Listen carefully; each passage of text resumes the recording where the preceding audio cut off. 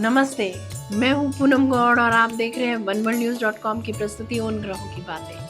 आज के प्रोग्राम में बताऊंगी आज का पंचांग, हर राशि का राशिफल, कहानी किस्से में चर्चा करूंगी गीता के पहले अध्याय के सारांश की और आखिर तक मेरे साथ जुड़े रहिएगा। जिनका जन्मदिन है उनका वर्षफल बताऊंगी और साथ में साल भर के उपाय भी।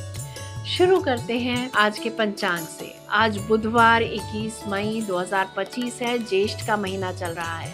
कृष्ण पक्ष की नवमी तिथि रहेगी रात्रि 3:21 तक और उसके बाद में दशमी। शतभिषा नक्षत्र रहेगा शाम 6:58 तक और उसके बाद में पूर्व भाद्रपद। वैदिर्ति योग रहेगा रात्रि 12:35 तक और उसके बाद में विषकम योग। 1.5 घंटे के लिए राहु काल रहेगा दोपहर 12 बजे से 1:30 बजे तक। दिशा शूल रहेगा उत्तर। आज कहानी किस्से में गीता के पहले अध्याय का सारांश बताऊं। बात करते हैं राशिफल की। मैं यहाँ बता देती हूँ कि मैं राशिफल चंद्र राशि से या नाम अक्षर से बताती हूँ। शुरू करते हैं मेष राशि से। जो जातक नौकरी ढूंढ रहे हैं उन्हें मनपसंद की नौकरी मिल सकती है। भाग्य आपके साथ है, कोई एग्रीमेंट भी साइन कर सकते हैं। वृषभ राशि, समाज सेवा के कार्य में रुचि बढ़ेगी। शिक्षा के क्षेत्र में नौकरी लग सकती है। धर्म के कार्यों से धन लाभ होता दिख रहा है। कार्यस्थल पर कुछ परेशानी का अगर सामना करना पड़ जाए तो हनुमान चालीसा का पाठ करें, लाभ होगा। मिथुन राशि, अगर पुश्तैनी जायदाद का बंटवारा कर रहे हैं या बेच रहे हैं तो संभल कर फैसला लें या अवॉइड करें, धोखा हो सकता है। रिसर्च के विद्यार्थी कोई गलती कर सकते हैं, सतर्क रहें। जब भी हमें फेलियर का सामना करना पड़ता है तो हमें खुद का एनालिसिस करना चाहिए कि हमने कहाँ गलती की।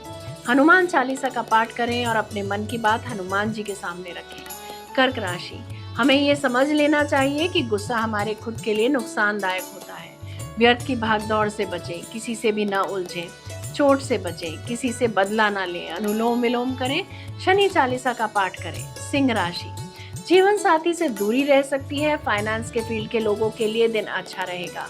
खान पान का ख्याल रखें। किसी गरीब को या कंस्ट्रक्शन वर्कर को कुछ खाने को दें, लाभ होगा।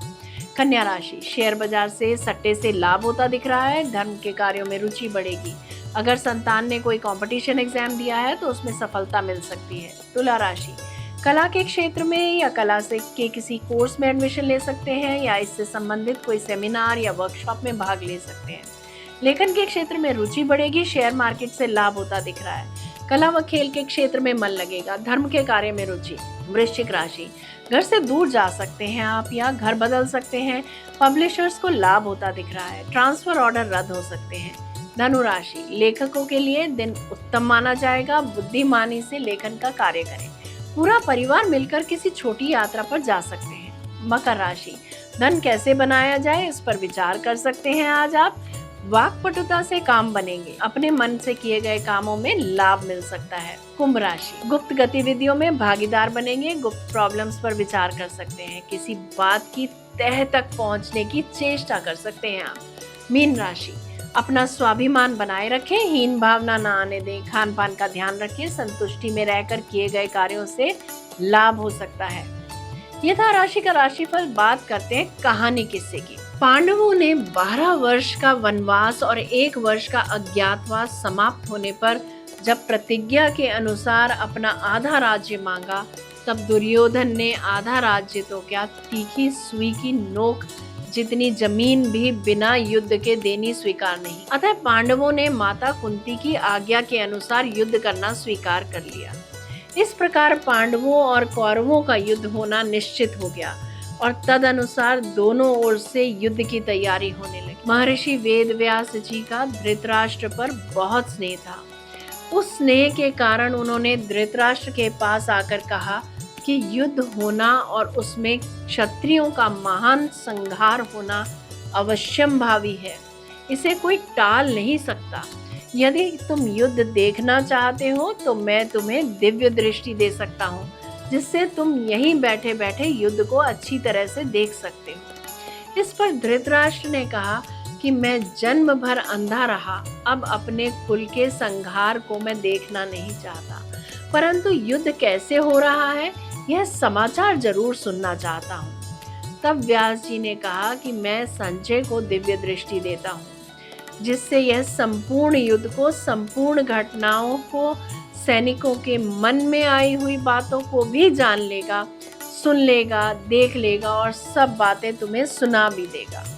ऐसा कहकर व्यास जी ने संजय को दिव्य दृष्टि प्रदान करी। संजय धृतराष्ट्र के सलाहकार और सारथी थे। निश्चित समय के अनुसार कुरुक्षेत्र में युद्ध आरंभ हुआ। 10 दिन तक संजय युद्ध स्थल में ही रहे। जब पितामह भीष्म बाणों के द्वारा रथ गिरा दिए गए, तब संजय ने हस्तिनापुर में, जहां धृतराष्ट्र विराजमान थे, आकर धृतराष्ट्र को यह समाचार सुनाया। इस समाचार को सुनकर धृतराष्ट्र को बड़ा दुख हुआ और वे विलाप करने लगे। फिर उन्होंने संजय से युद्ध का सारा वृत्तांत सुनाने के लिए कहा। भीष्म पर्व के 24वें अध्याय तक संजय ने युद्ध संबंधी बातें धृतराष्ट्र को सुनाई। 25वें अध्याय के आरंभ में धृतराष्ट्र संजय से पूछते हैं कि धर्म क्षेत्रे कुरुक्षेत्रे समवेता युयुत्सवः मामका पांडवाश्चैव किम कुर्वत संजय। मेरे और पांडु के पुत्रों ने कुरुक्षेत्र में, जो कि धर्म का क्षेत्र है, मिलकर युद्ध के लिए क्या किया। इसके उपरांत अर्जुन भगवान श्री कृष्ण से कहते हैं कि आप मेरे रथ को दोनों सेनाओं के मध्य में ले चलिए, जिससे मैं देख सकूं कि मुझे किस किस से युद्ध करना है। बीच में पहुंचकर जब अर्जुन ने देखा कि विपक्ष की सेना में पितामह, आचार्य, भाई, बंधु सभी हैं, तो वो कंफ्यूज हो जाता है कि युद्ध करना भी चाहिए कि नहीं। अर्जुन अपनों को मारने में कल्याण नहीं देखता और वह भगवान से कहता है कि अपनों से युद्ध करने से बेहतर होगा मर जाना। इतने लोगों को मारकर मैं पाप का भागी क्यों बनूं? और वह अपना गांडीव नीचे रखकर भगवान श्री कृष्ण से प्रार्थना करता है कि वे उसका मार्गदर्शन करें। मोह के कारण ही मनुष्य मैं क्या करूं और क्या नहीं करूं, इस दुविधा में फंसकर कर्तव्य से विमुख हो जाता है। अगर वह मोह के वशीभूत ना हो तो वह कर्तव्य से विमुख नहीं हो सकता। भगवान, धर्म, परलोक आदि पर श्रद्धा रखने वाले मनुष्यों के भीतर ज्यादातर इन बातों को लेकर हलचल, दुविधा रहती है कि अगर हम कर्तव्य रूप से प्राप्त कर्मों को नहीं करेंगे तो हमारा पतन हो जाएगा।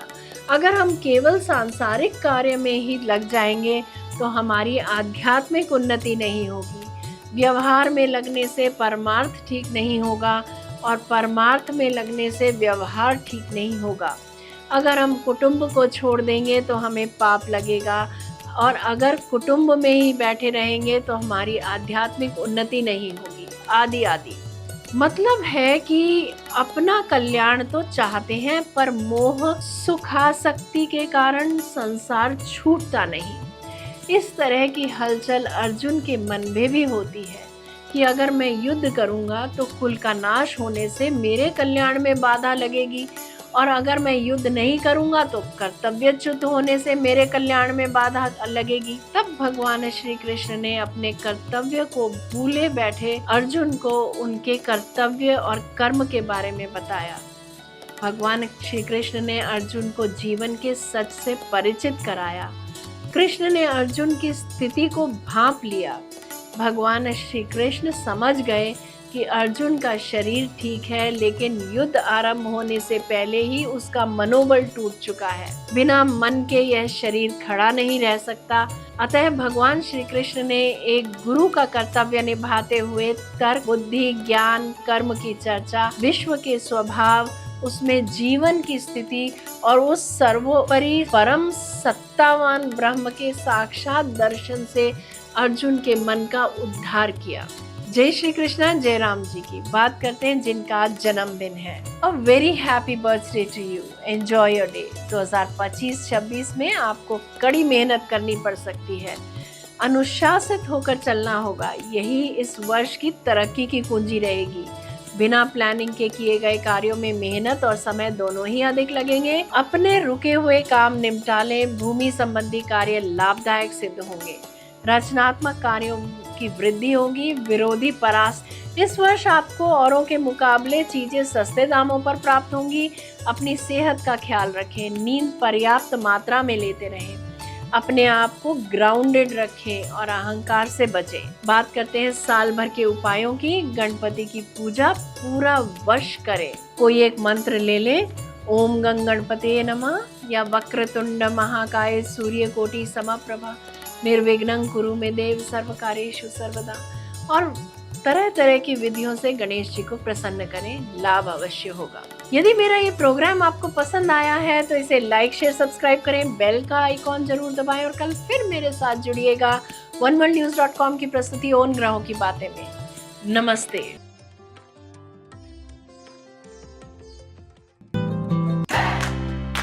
Press the bell icon to never miss a video from One World News.